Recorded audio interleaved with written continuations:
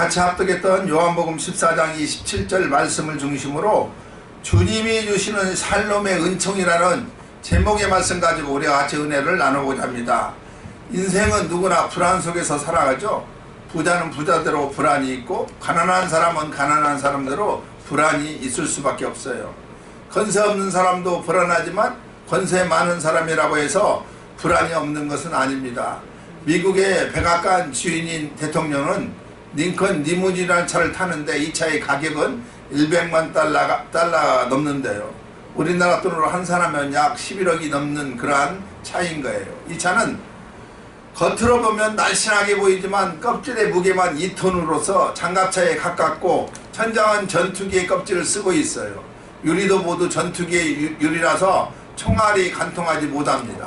타이어도 특수 설계에 의해서 4개가 모두 터졌다 하더라도 전속력으로 50마일을 더 달릴 수 있다는 것이죠. 이렇게 완전한 차이지만 그 속에 탄 사람은 언제나 불안해서 경호원들이 밀착 수행을 하고 있는 것을 볼 수가 있죠. 신학자 폴 틸리는 인간 실존에서 오는 존재의 불안이라고 해서 크게 3가지를 말하고 있는데, 죽음의 불안과 죄책감의 불안과 실패의 불안이 바로 그것이다 이렇게 말합니다. 그렇다면 인간의 불안에서 해방될 수 있는 비결이 없는가? 디모데서 1장 7절에 하나님이 우리에게 주신 것은 두려워하는 마음이 아니요 오직 능력과 사랑과 근심하는 마음이라 이렇게 말씀하고 있습니다. 그렇다면 우리가 어떻게 해야 불안에서 나올 수 있겠는가? 시인은 내 영혼아 내가 어찌하여 낭망하며 어찌하여 내 속에 불안하여 하는고, 너는 하나님을 바라라. 나는 내 얼굴을 도우시는 내 하나님을 오히려 찬송하리로다 이렇게 노래하고 있습니다. 오늘 본문은 평안을 너에게 끼치노니 곧 나의 평안을 너에게 주노라, 이 본문의 말씀이에요. 우리가 예수를 믿으면 크게 2가지의 축복을 받게 되는데 그 첫 번째가 바로 영생의 축복이죠. 이것을 우리는 구원이라고도 말하면서 제사함이다 이렇게 말하기도 합니다. 또 하나는 평안의 축복이에요. 즉 마음의 안식이에요. 여러분, 진정한 행복은 어디서 오는지 아십니까? 마음의 평안에서 오는 거라는 것이죠. 그래서 행복은 곧 평안인 거예요. 평안 없는 행복은 없습니다. 평안은 헬라어로 에이레네 이렇게 발음하는데 즉 평안이라는 뜻이죠. 히브리어로는 샬롬이라 이렇게 하는데 평화와 안녕이라 이 뜻을 가지고 있습니다. 그래서 우리가 잘 아는 대로 미국 사람들은 만날 때 어떻게 합니까? 하이, 헤어질 땐 바이 그러잖아요. 그러나 이스라엘 사람들은 만날 때 샬롬, 헤어질 때도 샬롬 이렇게 말해요. 당신에게 평안이 있기를 빕니다 뜻이죠. 그런데 이 샬롬은 막연한 평안이 아니에요. 하나님이 나에게 임재해서 동행하시고 다스리시며 지켜주시는 그 결과 나의 마음속에 임한 평안의 그러한 상태를 샬롬이라 이렇게 말합니다. 오늘 본문은 우리 예수님이 우리에게 평안을 선물로 주고 계십니다. 예수님 당시 제자들도 사실은 수고를 많이 한 사람들이었어요. 고향도 버리고 배와 자기 직업도 버리고 가족과 헤어지고 주님을 따랐던 사람이잖아요. 이 같은 제자들에게 주님은 세상에 주는 평안이 아니라 영원한 평안을 선물로 주신 것입니다. 내가 너에게 평안을 주노라. 바로 이 평안이 오늘 이 시간 저와 여러분 우리 모두에게 있기를 주님의 이름으로 축원드립니다. 아멘. 사실 사람은요 고통 가운데 나서 고통 가운데 죽잖아요. 엄마의 태중에서 나올 때 울면서 태어나고 죽을 때도 울음소리를 들으며 죽잖아요. 인생이 산다는 것 그 자체가 생로병사예요. 즉 나서 늙고 병들고 마지막 죽음에 이르기까지 어느 가다나 고통에서 떠날 수 없는 존재가 저와 여러분 우리의 인생들이에요. 왜 그런지 아십니까? 그것은 인생의 죄 때문에 그럴 수밖에 없어요. 하나님을 떠난 죄인들에게 주어진 병이 바로 수고하고 무거운 짐인 거예요. 이 문제를 해결하시려고 예수 그리스도께서 친히 오셔가지고 내가 너에게 평안을 주노라 말씀해주고 있어요. 그렇습니다. 오직 예수님만이 평안을 주실 수 있는 거예요. 인류 역사의 그 어떤 유인도 인간에게 평안을 약속한 사람은 단 한 사람도 없어요. 모세는 시편 90편 10절에 우리의 연수가 70이요 강건하면 80이다. 그 연수의 자랑은 수고와 슬픔뿐이요 신속히 가니 우리가 날아가나이다고 고백하고 있습니다. 또 솔로몬은 그의 전도서 2장 23절 말씀에서 일평생에 근심하여 수고하는 것이 슬픔뿐이라 그 마음이 밤에도 쉬지 못하나니 이것도 헛되다 이렇게 고백해요. 그렇습니다.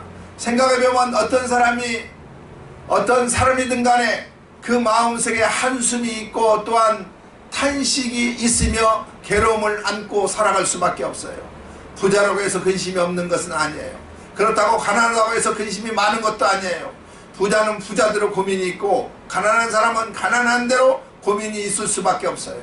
그래서 인생은 저마다 수고하고 무거운 짐을 지고 사는 존재들이 인생이에요.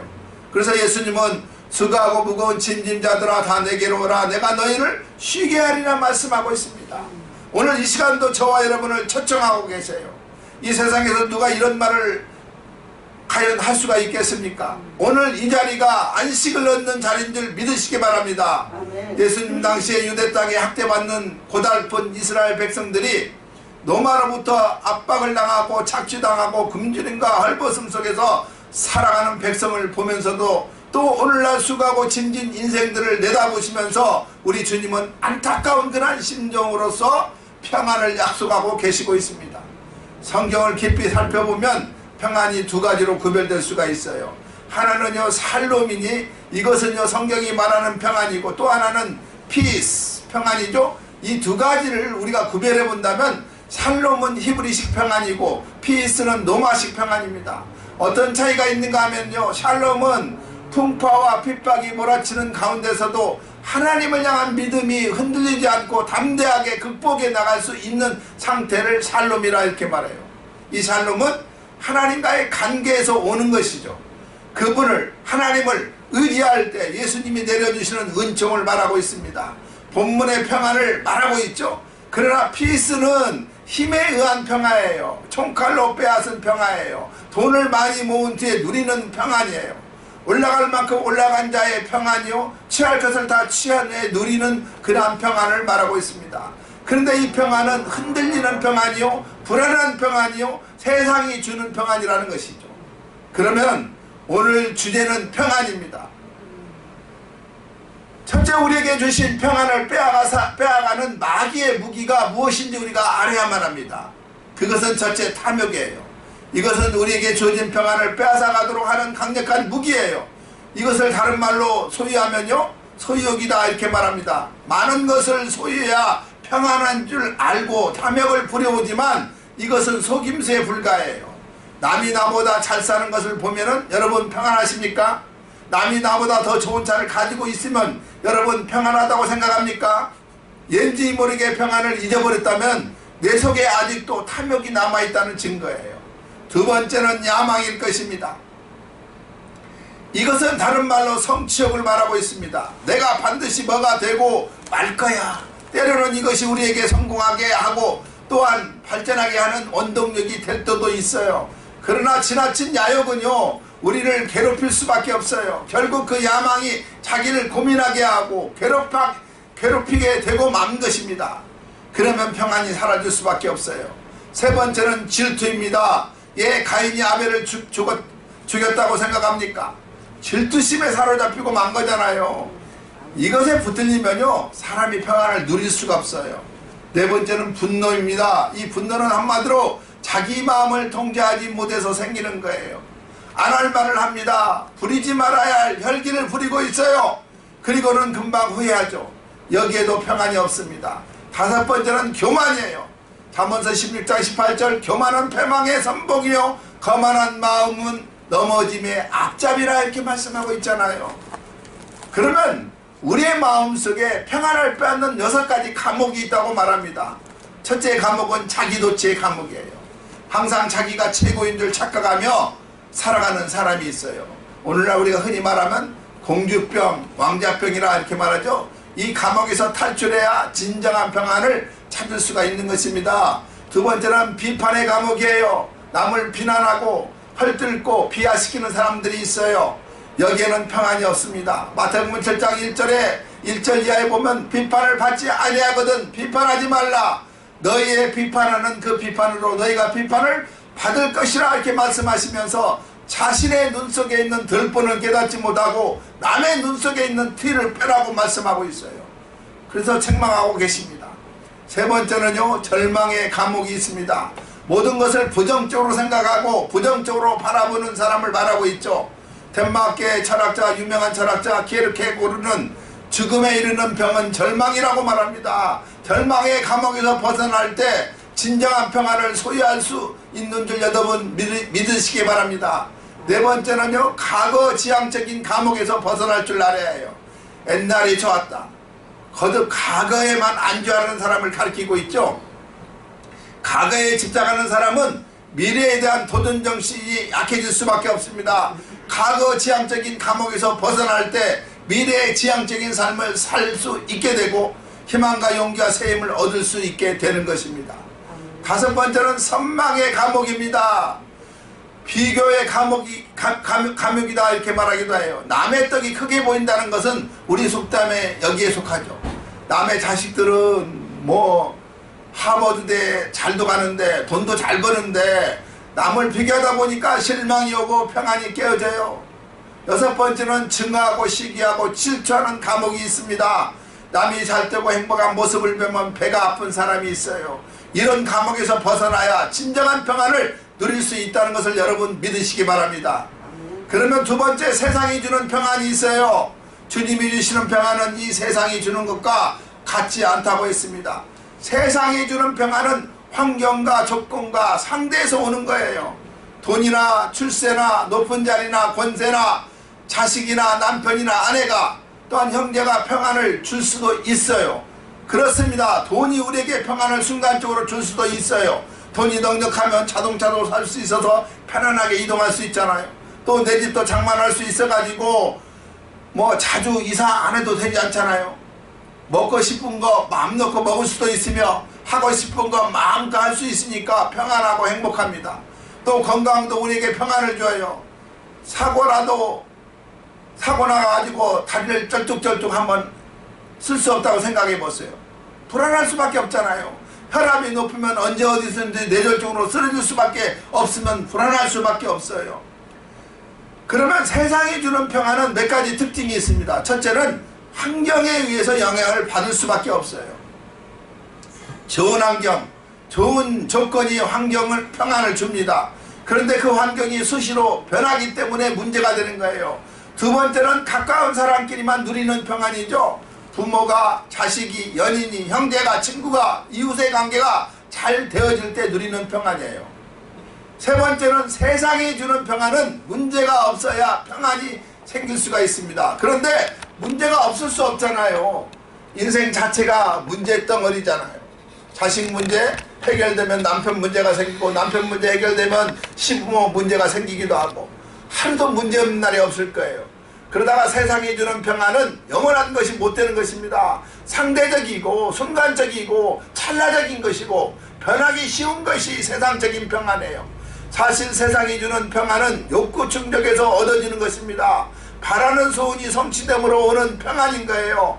그런데 인생의 끝없는 그러한 욕구를 완전히 만족시킬 수가 없잖아요. 왜 그렇습니까? 인간의 욕심이 끝이 없기 때문에 그래요. 그 욕심 부리다가 평생 동안 고생하며 사는 사람들이 우리 주위에 너무나 많이 있어요. 사실 사업 때문에 고생하는 것이 아니라 욕심 때문에 고생해요. 욕심 때문에 자기만 고생하는 것이 아니라 부모의 형제들까지 어렵게 만들고 처가족까지 다 빈털터리로 만든 사람이 얼마나 많이 있습니까? 이 욕심은 어디서 오는 것입니까? 죄에서 오는 거예요. 야고보서 1장 15절에 욕심이 잉태한 적 죄를 낳고 죄가 장성한 적 사망을 낳는다고 말씀해주고 있잖아요. 세 번째는요, 믿음으로 받는 평안이 있어요. 예수님의 평안은 믿음으로 받아야 하는 것입니다. 요한복음 14장 1절 너희는 마음에 근심하지 말라 하나님을 믿으니 또 나를 믿으라 말씀하고 있어요. 전능하신 하나님을 믿는 사람은 걱정이 없는 거예요. 사탄의 권세를 꺾으시고 이 세상을 정복하신 예수님을 믿는 사람은 걱정이 없어요. 우리 모두 염려, 근심, 걱정 모든 것을 하나님께 맡기시는 저와 여러분이 되시기를 축원드립니다. 아멘. 맡기는 방법은요 뭡니까? 기도잖아요. 기도. 빌립보서 4장 6절에서 7절 아무것도 염려하지 말고 오직 모든 일에 기도와 간구로 너희의 구할 것을 감사함으로 하나님께 아뢰라. 그리하면 모든 지각에 뛰어난 하나님의 평강이 그리스도 예수 안에서 너의 마음과 생각을 지키시니라고 말씀하고 있어요. 일찍이 노벨 의학상을 받았던 카렌 박사는요, 근심과 싸워 이기는 방법을 모르는 사업가는 일찍 죽는다 이렇게 말을 했어요. 이 세상 일이 온통 근심덩어리이기 때문에 사업을 시작하기 전에 근심과 싸우는 방법을 먼저 알아야 한다는 것입니다. 그렇다면 그 방법은 무엇인지 압니까? 하나님께 맡기는 거예요. 어떻게? 기도는 모든 것을 하나님께 맡기는 방편이 기도잖아요. 모든 문제를 주께 맡기시기 바랍니다. 100번의 근심보다 한 번의 기도가 낫다는 말이 있어요. 1000번의 탄식보다 한 번의 감사가 우리에게 은혜를 주는 것입니다. 스펄전 목사님은 10년을 염려하는 것보다 10분간 기도하는 것이 더 낫다 이렇게 말을 했어요.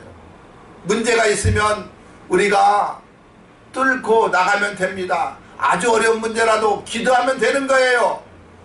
우리 하나님은 과거에도 우리를 인도해 주셨고 지금 현재에도 우리를 인도해 주시고 있고 미래에도 우리의 생을 인도해 주시는 것입니다. 지금 우리에게 필요한 것은 전능하신 하나님을 믿는 믿음뿐인 거예요. 나의 모든 문제는 주님께 의탁하시기 바랍니다. 문제 따로 있고 신앙 따로 있는 것이 아니에요. 자녀들도 맡기고 우리들의 운명도 맡기시기 바랍니다. 하나님 안에는 운명도 팔자도 다 안 통해요. 마가복음 9장 23절에 할 수 있거든 무슨 말이냐, 믿는 자에게는 능치 못할 일이 없다고 말씀하고 있어요. 믿음으로 받는 평안이 있습니다. 이 평안은 세상이 주는 평안과 같지 않아요. 모든 것을 다 잊어버려도 우리의 믿음 하나만 제대로 붙들고 있으면 사건이 달라질 수밖에 없어요. 믿음 붙잡는 것이 하나님을 붙잡는 방법입니다. 네 번째는요, 감사로 받는 평안도 있다는 것이죠. 예수님의 평안을 얻기를 원한다면 감사하는 마음을 가지시기 바랍니다. 감사하는 사람에게 평안이 있어요. 불평하는 사람에게는 근심과 걱정과 탄식이 따를 수밖에 없어요. 어떤 환경에 놓여 있을지라도 감사하시기 바랍니다. 우리 마음에 불안이 있고 근심, 걱정, 우수, 사례가 가득한다면 그 사람의 마음에는 감사가 없는 사람이에요. 감사가 없는 사람은 근심과 걱정이 따라올 수밖에 없어요. 감사로 제사를 드리는 자가 나를 영화롭게 하느니라고 우리 주님은 말씀해주고 있잖아요. 부모님께 감사하시기 바랍니다. 그리고요, 또한 자녀들의 마음에 기쁨이 생기도록 하시기 바랍니다. 주의 종에게도 감사하시기 바랍니다. 삶의 표적이 나타납니다. 사르밧 가부가 체험한 축복이었어요. 감사하는 마음은 하나님이 주시는 평안의 마음이에요. 감사는 넘치는 감사를 해야 할 줄 알아야만 합니다. 다음 주간에는 추수감사절이잖아요. 골로새서 2장 7절 믿음에 굳게 서서 감사함을 넘치게 하라고 말씀하고 있어요. 우리 마음속에 감사가 가득 차면 입만 열면 절로 감사하는 말이 튀어나올 수밖에 없는 것입니다. 우리 마음속에 감사가 가득 찰 때 절로 우리 몸에는 감사한 행동이 변할 수밖에 없어요. 감사는 넘치게 해야만 합니다. 인색한 마음으로 또 마지못해서 억지로 드리는 감사는 하나님이 기뻐하시지 않는다는 거예요. 다섯 번째는요, 기뻐하는 자에게 평안이 온다고 말씀하고 있습니다. 빌립보서 4장 4절 주 안에서 항상 기뻐하라. 내가 다시 말하노니 기뻐하라. 항상 기뻐하며 사는 자에게 하나님은 샬롬의 축복을 주시는 거예요. 먼저 주 안에서 기뻐하시기 바랍니다. 주 밖에서 기뻐하는 삶은 잠시적인 기쁨일 수밖에 없고 세상의 쾌락에 따라 사는 자로서 결국 멸망의 구렁텅이에 빠지고 마는 것입니다. 주 밖의 기쁨은요, 순간적 기쁨은 될지는 모르지만은 영원한 기쁨을 간직할 수가 없는 거예요. 주 안에서 기뻐해야 한다는 것은 하나님이 우리에게 주신 은혜 속에 기뻐하는 삶을 말해주고 있습니다. 이 기쁨은요, 구원의 기쁨이요, 하나님과 함께하는 그러한 기쁨을 말해주고 있어요. 여섯 번째는요, 선한 일로 모든 사람으로 평안의 주인공으로 사시기 바랍니다. 여러분, 세상의 모든 사람들이 평안을 원하고 있잖아요. 그럼에도 불구하고 이 땅에는 평화가 제대로 정착되지 않고 있어요. 다툼이 있고 싸움이 있잖아요. 왜 그런지 아십니까? 평화를 추구하는 방법이 틀렸기 때문에 그래요. 세상 사람들은 힘으로 평안을 달성하려고 할 수 있다고 생각하고 있어요. 그러나 내일의 평안을 위해서 오늘은 싸우고 다투고 투정해야 한다고 세상 사람들은 그렇게 생각하고 있어요. 그러나 그렇지 않아요. 진정한 평안은 힘으로서 이루어낼 수가 없다는 것입니다. 바울은 로마서 12장 17절에서 18절에 평안을 이뤄내는 올바른 방법을 세 가지 단계로 우리에게 말씀해주고 있습니다. 아무에게도 악으로 악을 갚지 말고 모든 사람 앞에서 선한 일을 도구하라. 할 수 있거든 너희로서는 모든 사람으로 더불어 평화해라, 이 말이에요. 똑같은 말씀이 시편 34편 14절에 기록되어 있죠. 악을 버리고 선을 행하며 화평을 찾아 따를지어다. 7번째, 평안을 얻으려면 우리가 몇 가지 선행돼야 할 것이 있다는 거예요. 첫째는 거듭나야 하는 거예요. 다시 말해서 주의 평안을 얻으려면 주 안에서 새로 태어나야 한다는 것입니다. 육신적인 것은 죽이고 영적으로 새로 태어날 줄 알아야만 합니다. 갈라디아서 2장 20절, 내가 그리스도와 함께 십자가에 못 박혔나니 그런즉 이제는 내가 산 것이 아니오 오직 내 안에 그리스도께서 사신 것이라. 이제 내가 육체 가운데 사는 것은 나를 사랑하사 나를 위하여 자기 몸을 버리신 하나님의 아들을 믿는 믿음 안에서 사는 것이라고 말씀해주고 있어요. 이렇게 예수 안에서 거듭나면요, 하늘의 평안이 옵니다. 우리들이 세상을 살아가면서 가끔 탄식할 때가 많이 있죠. 왜 이렇게 살기가 고달프지? 지겹고 힘들다고 탄식을 하기도 하고 한숨을 쉬기도 하잖아요. 왜 그런지 여러분 아십니까? 거듭나지 못했기 때문에 그래요. 주 안에 깊이 들어오지 못했기 때문에 그래요. 주님이 누구신가를 깨닫지 못해서 그랬습니다. 예수 그리스도는 우리의 인생의 근본 문제를 해결하신 그런 분이잖아요. 그래서 예수 안에 모든 것이 다 풀려있게 될 수밖에 없어요. 저주도 가난도 질병도 지옥도 실패도 예수 안에서 다 해결받을 수밖에 없는 거예요. 두 번째는요, 삶의 목적이 분명해야 하는 것입니다. 누이데 진저라는 작가가 왜 사느냐고 묻거든 이렇게 대답하라고 말을 했어요. 나는 분명히 해야 할 일이 있기 때문이다. 분명히 할 일이 있는 사람은요, 탄식할 겨를이 없어요. 내가 하는 일이 정말 정당하고 일에 확신이 있는 사람은 그가 할 일이 있다는 것으로만으로도 행복해질 수가 있다는 것입니다. 세 사람의 석공이 대리석에 예수의 상을 조각하고 있었어요. 이때 한 기자가 와서 물어봅니다. 무엇 때문에 이런 힘든 일을 하고 있습니까? 하고 물어봤더니 그때 첫 번째 사람은 죽지 못해서 이 일을 하고 있습니다 라고 말을 했고요. 두 번째 사람은 돈을 벌기 위해서 이 일을 하고 있습니다 이렇게 말을 했어요. 세 번째 사람은 달랐어요. 나는 하나님께 영광을 돌리기 위해서 이 일을 하고 있습니다 이렇게 말을 했어요. 적어도 이런 사람에게는 품삯이 문제가 아닌 거예요. 분명한 목적을 가지고 일하는 사람은 그 일 때문에 힘이 생길 수밖에 없는 것입니다. 목표가 분명을 해야만 합니다. 세 번째, 주님이 나의 주인이 되어야 하는 거예요. 참 평안은 내가 주님 안에서 완전히 매어 있을 때 찾아오는 거예요. 나의 소속이 분명을 해야만 합니다. 나의 주인이 예수님이시라면 주님께 내가 꼼짝할 수 없을 만큼 붙잡혀 있어야 하는 거예요. 느슨하면 안 되죠. 풀어져도 안 돼요. 바울의 고백처럼 사랑의 쇠사슬로 매어 있어야 되고 삼겹줄로 매어 있어야 되는 거예요. 그래서 내가 스스로 주님의 종이 되고 내가 자원해서 스스로 매이는 것이고 이것이 바로 행복이다 이렇게 말할 수가 있어요. 옛말에요, 한 사람에 매이는 것이 가장 큰 자유인 것을 아는 사람만 결혼할 자격이 있다고 말하고 있어요. 한 사람에게 매이고 한 여자에게 매이는 것을 불만스럽게 생각하는 사람은 결혼하면 안 돼요. 사실 한 사람에게 완전히 얽매이고 한 가정을 세우는 것이 진정한 행복이요 참 평안이다 이렇게 말할 수가 있잖아요. 남편은 아내에게 매이고 아내는 남편에게 매이고 매일 뿐만 아니라 미쳐야 하는 것이죠. 몸은 매였는데 마음은 따로 돌아가면 그것은 불행일 수밖에 없습니다. 가정에도 그렇습니다. 몸도 마음도 다 매야만 해요. 무한한 자유는 매이고 미칠 때 주어질 수가 있어요. 몸만 매는 것이 아니라 정신까지 함께 매이고 미쳐야 정말 우리가 진정한 자유를 누릴 수가 있는 것입니다. 우리는 주께 매이고 주님을 위해서 미쳐야 하는 거예요. 몸만 매는 것이 아니고 마음도 정신도 심지어 나의 운명까지도 주님의 손에 떼어 주님의 손에 다 매일 줄 알아야만 합니다. 그래야 바울처럼 나는 죽어도 주의 것이요 살아도 주의 것이라고 고백할 수 있어야 하는 거예요.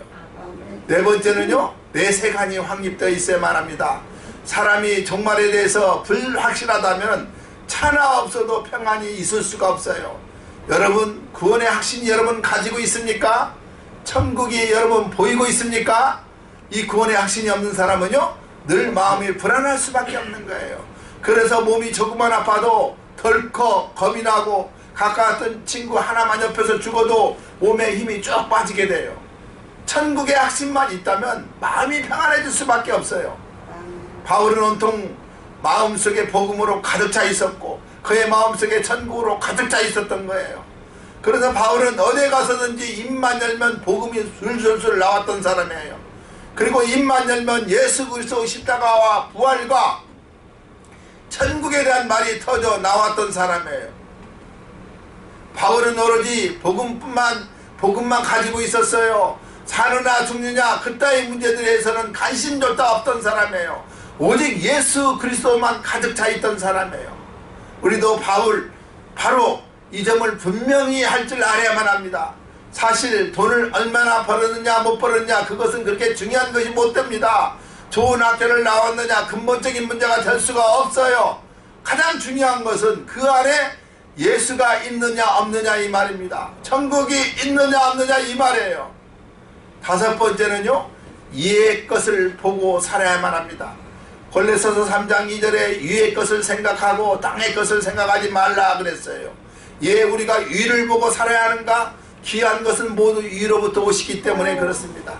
여러분, 세상에서 참되고 신령하고 값이 있는 것은 모두 패역한 세상부터 주어지는 것이 아니에요. 저 높은 것으로부터 오고 위로부터 내려오는 것입니다. 만나가 바로 위로부터 내려왔잖아요. 우리의 생명이 모두 위로부터 왔어요. 이 다음 주님도 그것으로 다시 내려온다는 것입니다. 재림하시잖아요. 그래서 존슨 오트만은 더 높은 것을 향하여 날마다 나아갑니다 하고 노래를 했던 사람이에요. 시편 121편에서 내가 산을 향하여 눈을 들리라. 나의 도움이 어디서 올꼬? 나의 도움이 천지를 지으신 여호와께로부터 온다고 말씀해주고 있습니다. 그것이 바로 저 높은 것이에요. 인생의 근본적인 도움은 어디서 오느냐면요, 모두 저 위로부터 온다는 고백이에요. 그래서 위의 것을 생각하고 땅의 것을 생각하지 말라고 말씀하고 있습니다. 이 말은요, 세상의 일을 다 집어치우고 앉아서 하늘만 쳐다보고 기도나 하라 이런 얘기가 아니에요. 이 말은 삶의 초점을 저 높은 곳에 두고 살라 이 말인 것입니다. 왜냐하면 모두 귀하고 신령한 것들은 모두 저 높은 곳으로부터 주어지기 때문에 그래요. 생명이 이어서 왔잖아요. 또한 천국이 위에 있잖아요. 위를 보고 사는 자는 하나님과 화목을 이루며 살아갈 수가 있습니다.